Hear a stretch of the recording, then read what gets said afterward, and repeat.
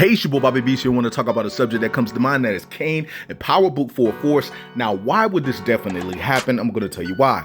Basically, I think Kane will go after Tariq and Brayden. We all know that he definitely would do that. And with us saying that we believe that Tariq and Brayden are going to end up in Power Book Full Force, basically going to Tommy when they leave town, there's a big chance that Kane may go after them. Now, don't get it twisted. I know our boy got shot, but you don't know what he got hit with. You don't know if he got hit with a flesh wound or if he just got a situation where he just got grazed. We don't know. At the end of the day, when it comes down to it, knowing Kane will go after him. Now, to be honest with you, Drew's been a bit of the puppet master in this situation. I'm not taking anything off of Diana. She was in it too, but I think Drew's the main person pulling the strings. Ever since he lost Gogo, and ever since he's now known he's going to lose Everett, and he found out that he's no longer going to be an NBA housewife, Drew's been on a whole other level. And you don't have Lorenzo here anymore to stop him. He pretty much made up in his mind Monet had to go, and he was tired of Monet, and that, hey, guess what? How about that? Tariq got to go too. So he made up in his mind about that, right? So they knew by just saying Tariq to Kane that it was Tariq who did it. It was Tariq who took out Monet.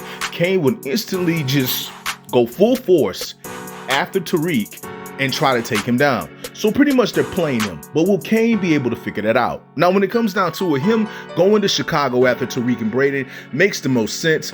But at the end of the day, you're going to say, well, why is it going to happen and how can it happen? Well, let's be real. Jannard. When it comes down to it, Jannard is always looking for a weakness or anything he can in regards to Tommy.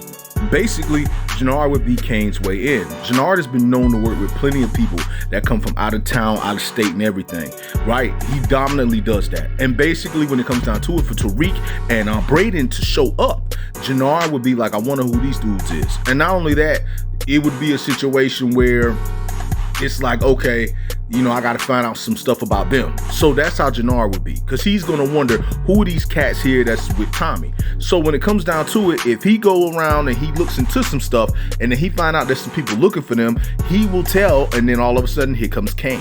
And so then Kane and Jannard are team up, because basically Jannard does not like Tommy. His hatred for Tommy is very high, even though it was Tommy who saved his life upon their first encounter. They were actually very cool with one another at one point, and Tommy has helped save his life more than one time. But Jannard don't care, because Jannard is grimy. But at the end of the day, Jannard teaming up with Kane to take on Tommy and for Kane to take out Tariq and him, that's something that you definitely can see happen. However, will Kane find out the truth, though?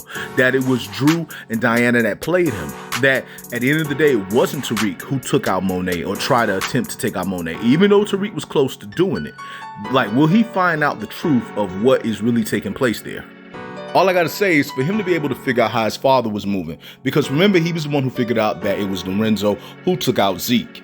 And for him to figure out how Monet was moving when he found out that Monet was pretty much the one who took out Lorenzo, it would be easy for him to find out about Drew and Diana, because, I mean, come on, that's your siblings. It's going to be very easy to find out about them, to read them, and everything of that nature. All I know is when it comes down to it, it's going to be a lot of stuff going on, and I've been telling people the fall of the Tejadas really has taken place here in Season 3, with two of their patriarchs being nearly taken out, with Lorenzo being gone, with now Monet being down, daggone near taken out.